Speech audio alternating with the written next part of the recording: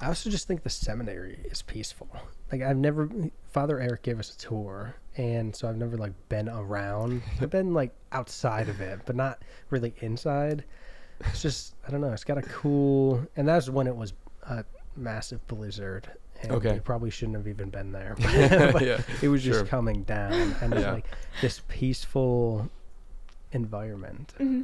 It is, yeah. And I think when you have a culture that is solely focused on Jesus Christ, like, that's what's going to happen. Yeah.